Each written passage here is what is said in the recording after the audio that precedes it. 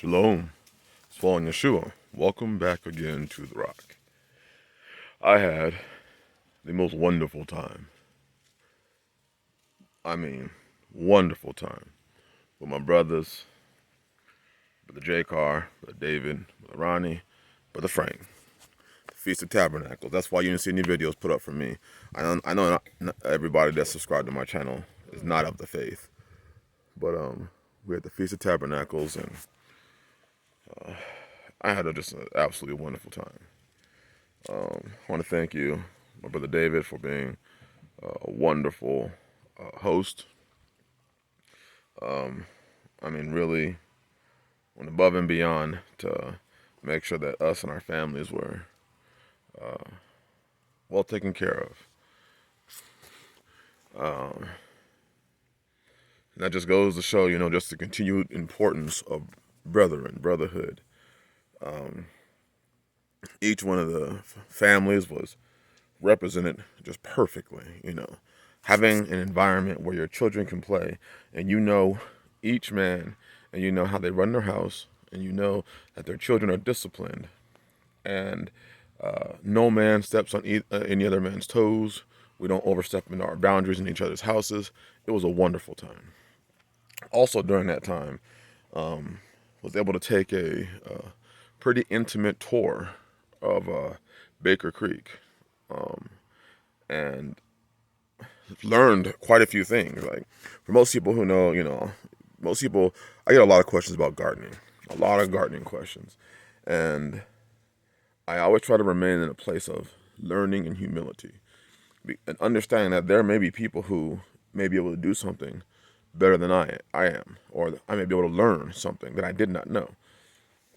So you can see right here, you'll see something that I don't normally, talk about.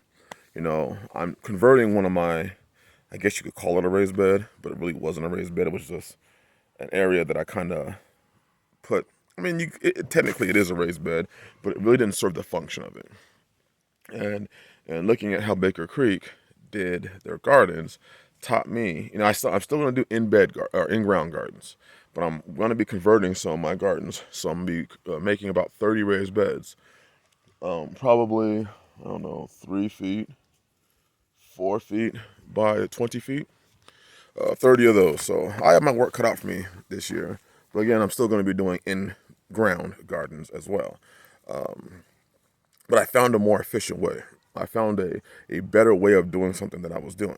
And in this faith, I think that we have to maintain that flexibility, that ability to understand that there are going to be those that are doing something better than we are, and we can learn from them, not in a place of pride or, even overtly being a quote-unquote teacher.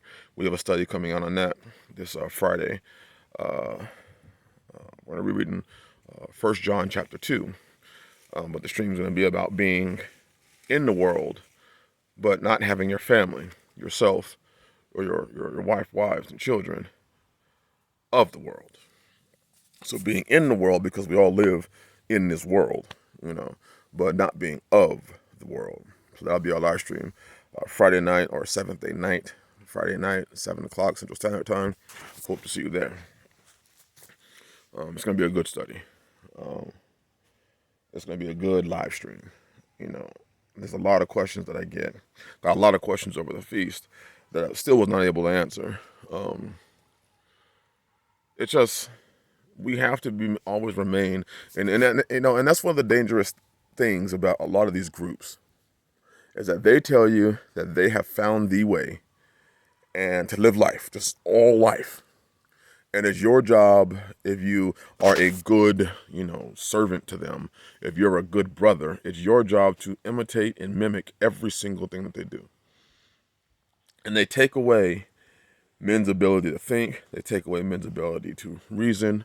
As the Bible says, reason with each other. It takes men's ability to create. When somebody else is in charge of your creation, when somebody else is in charge of your thinking, when you have placed yourself under the charge of somebody else. We were talking about, as brothers, submitting one to another. And, we were given the idea that, the feast days is a great way to submit one to another. Because when I'm on my brother's land, I am submitting myself to him, to his rules. And I am submitting, it's a wonderful time because you get to see the things that he's doing. And you get to allow yourself to be taught something. I'm submitting myself to him. I'm looking at what he's doing. He's explaining to me why he did it this way, whether it be building or whether it be gardens or whether it be the layout of his land, the animals that he's chosen to homestead with. He's giving me information, and I am submitting to him. I am opening myself up to be taught in these areas where I am not knowledgeable in. Even though I'm knowledgeable in gardening, even though I grow 99% of the food that I eat, okay, or 99% of the vegetables that I eat, even though I grow them, I still submitted myself and allowed myself to be taught by people that damn well, I would say, are master gardeners that are able to grow ample amounts of food. And that's part of that humility that the Bible talks about.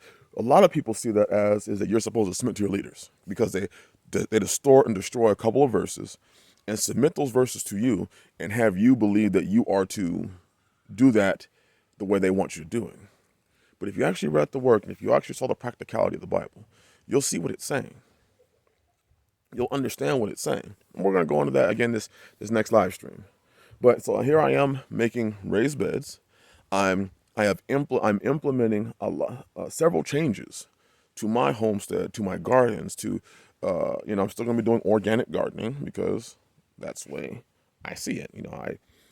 I'm going to always be producing my own compost, putting leaves and cardboard in my chicken coop and letting them tear it up, putting weeds in there and they tear it up and then I just scoop it out. But like the raised beds, there are things that I saw that I could be more efficient. I could be better than what I already am. I can grow even the more so I can produce even the more so the amount of food. I'm going to be doing sheep here. I'm still going to be doing goats, but I'm going to be doing sheep here because I saw the benefit. And I talked with my brother and, he gave me wisdom in my land that it would be a wise decision for me to include sheep on the property. So that's something I'm going to be doing. See, when you always maintain that humility and that willingness to change or be taught, not from those that are forcing you and telling you, I'm your teacher and you're going to learn from me, but I can see the fruit of my brother. He or my brothers, they don't have to come to me and tell me, I'm your teacher and I'm your head and I'm your leader. All I did was see what they do. And what they didn't even understand is that in that time of fellowship, they're teaching and I'm learning. And nobody directed and said this person's going to be a teacher and this person's going to be. It just naturally flowed that way, where we all understood this brother is knowledgeable in this area. And in other areas, I was able to teach about what I knew to them in gardening. And then I was able to learn from Baker Creek on how to better get the most out of my land. Out of all the work that I'm putting in, nothing's worse than putting in a ton of work and not being able to reap the maximum amount of benefit. So now I really believe that the changes that I'm making, I'm going to be able to reap a maximum benefit from the changes that I am making on the land. And there's not humongous changes. It's just more raised beds, making a ton of raised beds, which is going to take some time. And for a lot of people, we don't want to make those changes because changes do require time. They require effort. It's going to require resources. I got to spend money to make these raised beds. I have to spend money to bring the block in. I have to up and dump an unbelievable amount of leaves in my chicken coop so that my chickens can convert it into compost because I got to fill these raised beds. Even though I'm coating the bottom of the raised beds with leaves, I still got to put something on top of it, my own compost, so I can grow in. So you have to be able to change. And as times are coming in this earth, and we see those times that are coming on this earth, you have to be able to make changes within you. You have to change the way you think. When it comes to the book, I know you've been taught, in this traditional westernized Christian society, I know you've been taught by your, camp leader, church leader, ministry leader, but you have to be able to change. You have to be able to see, hey, that may work for you. but that does not work for me. Or I found a better way of doing something that is not the way you're doing it. And it works for me and my household and my family and my children and my finances and the vision that the Most High has given me. Instead of that communal vision where Yah gives one person the vision and that person dictates it to everybody else and everybody else works to fulfill that man's vision, why not take that time and resources to fulfill the vision that the Most High has given you? Because it might look different. It may not be, so if you live in an area where you can grow in ground and it's really easy, that's going to be a blessing. I've worked on enough of my area where I have areas where I can grow in ground. And I'm going to be growing a ton of amaranth, my potatoes, and my sweet potatoes, and my Jerusalem artichokes are all going to be growing, my garlic, in-ground beds. But for my greens and for a lot of my fruit-bearing vegetables, they're going in raised beds. All of them. But you always have to remain in a state of humility, and a state of being teachable. And not teachable because somebody tells you you better listen to them if you're part of us. But teachable because you are able to see their example. And I grow my food organically. I grow my food with no insecticides, no pesticides. I don't buy a single thing from outside the rock to amend my soil. I don't buy nutrients from outside the rock to amend my soil. It's all produced here. So just hopefully, you're able to glean something from this. I have a ton of videos coming out when I was at the feast. I stayed off YouTube. I stayed off all social media, basically. And actually, I stayed off my phone, to be honest. But I did take time to get some notes and to write some video ideas. So there's going to be a lot of videos coming out over the next couple of months. I hope they are a blessing to you. And yeah, bless y'all. Hope you're having a blast. I don't know what today is. 4th day? Shalom.